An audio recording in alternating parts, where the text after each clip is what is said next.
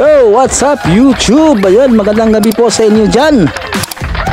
IPO naglabas na ng ultimatum para sa tape bulagta. Agoy, nagmamatigas kasi to eh. At Paolo, bakit biglang nagsigwe raw? Ayay ka. Ayan, alamin natin to. Ang video na to hatid natin kay Celebrity Updates. Kung hindi pa kayo nakasubscribe, mag-subscribe na po kayo sa channel ni Celebrity Updates. Ayun. At kung kayo pa ay bago sa ating channel, inibitahan ko po kayong pakisubscribe ang ating channel. Pahit na rin sa ating notification bell para ma-update kayo tuwing tayo ay mag-a-upload. And guys, maraming salamat po kay Ma'am Jovi Gale. Ayun, maraming salamat po sa walang sawang pagsuporta sa ating channel. Mabuhay po kayo, ma'am. Sana po ay nasa mabuting kalagayan kayo. Ayan po, wala na pa tayong patubig-tubig pa. Alamin na natin to, bakit nagmamatigas tong tape bulagta.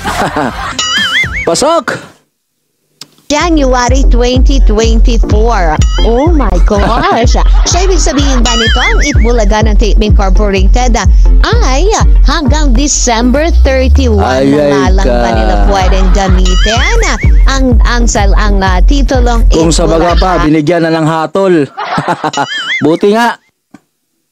Dahil matapos i-award last week ng Intellectual Property Office or IPO ang trademark ng Itbulaga na ina-award na kina Tito Soto, Big Soto at Joey De Leon ay kanilang naman actually nasabi na nila sa kanilang programa na kanilang gagamitin ang title na Itbulaga sa TV5 ay sa darating na Enero. Kumbaga parang hindi mo na nila ito gagamitin pansamantala ngayong taon. Para pagpasok ng bagong taon, bagong pangalan, bagong pinalitan na yung AAT. Ayun. Dahil nga syempre, 'di ba? Kumbaga respeto naman daw doon sa Itbulaga ng Tape Incorporated. Ibig sabihin mo napaka-humble. Sila pa yung nagbigay ng respeto matapos silang bastusin.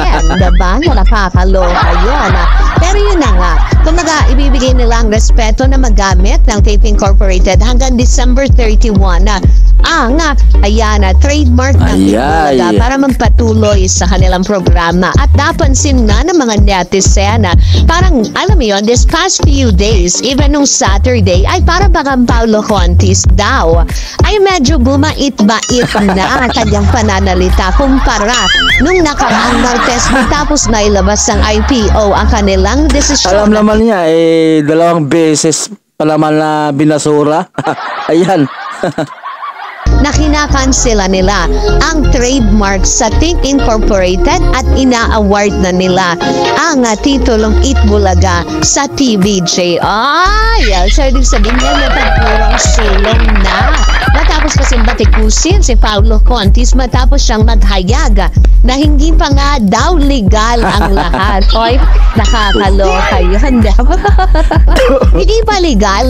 Nagbigay na nga ng permiso at ng permit ay IPO na. Ayaw talaga Ang negosyante ay dito alam mo yun, humihingi ng permit para sa kanila may award yung mga pangalan ng kanila mga negosyo. Tapos sasabihin, hindi legal. Aba, nakakaloka yun. Diba?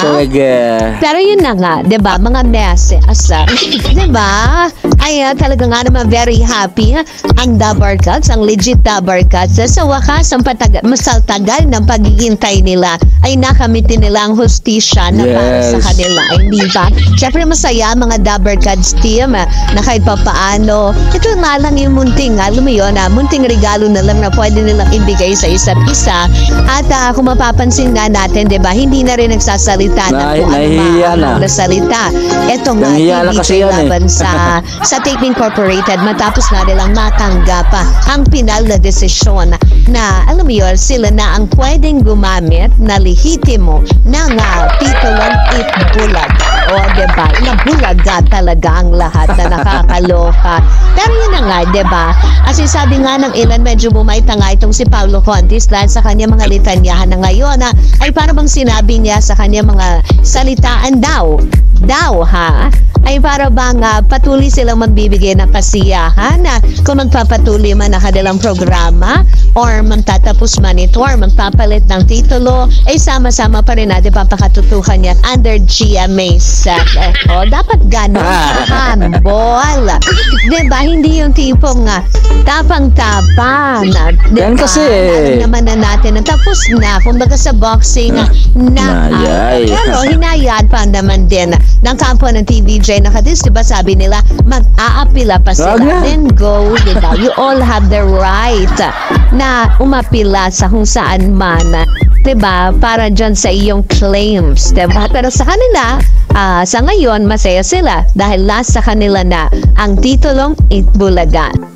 Pero bukod pa sa problema na yan, isa rin sa kinaharap na malaking problema ni Paulo Contit ngayon, no? Dahil kababalita lang po ng kanyang manager na si Lolit Solis na may balak ng kumuha ng bahay itong si Paulo Contit.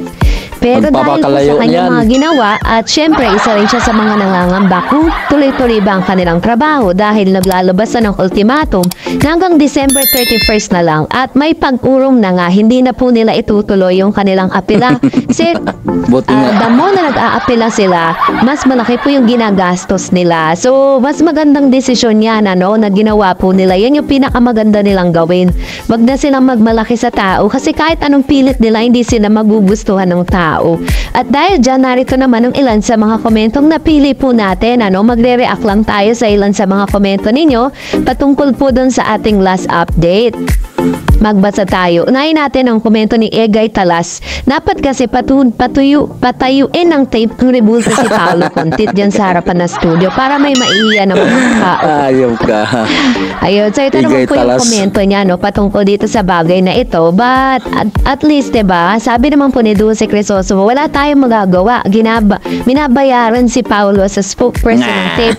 Kahit ginagawa na siyang punching bag ng mga bashes, tuloy pa rin siya dahil sa tape siya nagtatrabaho. Kailangan niyang gawin ano man ang ipagawa sa kanya, which is very, very true. And sabi naman po ni Arnel Buenvenete, hindi kasi nag-iisip si Paulo Contit, puro kayabangan ang alam niya, kaya tuloy kinahihiya siya ng mga anak niya. Ayun, dahil po sa pangyayaring ito, baka mas lalong hindi na po siya makapagbigay ng kanyang sustento. Sabi pa ng isang user, nadamay na si Rian sa karma ni Paulo. Paano kasi? Tigas ng hollow blocks yung pagmumukha mo, kaya nangyayari sa iyan, Paulo, kawawa ka naman. Ayun, ito naman po ang komento niya patungkol sa bagay na ito, Alam niyo po, grabe po yung mga naranasan ni Paulo na pambabatikos, Sabi ni Roldan Pongko, bakit Paulo? Baka naman magkanong binayad sa'yo, kaya ikaw putak ng putak dyan. Alam mo yung salitang word na respect, kaya umayos ka please. Yan, so dahil nga yun nga, marami tumasang kilay na sinabi niya nga, hindi pa raw final. Kahit sinabi na po ng IPO na naglabas na sila, diba? And of course, sabi ng isang user, masyadong pa-impress kasi ipatatayuan siya ng monumento ng Halusos Brothers. What? Kaya kala niya naman talagang gagawin ng tape yun. Pag wala na po siyang pag wala nang yan, papabayaan na rin siya niyan. Kahit na nakapirma pa siya ng long-term contract dyan, kung wala na rin ipapasweldo sa kanya dahil puro lugi na lang ang nangyayari.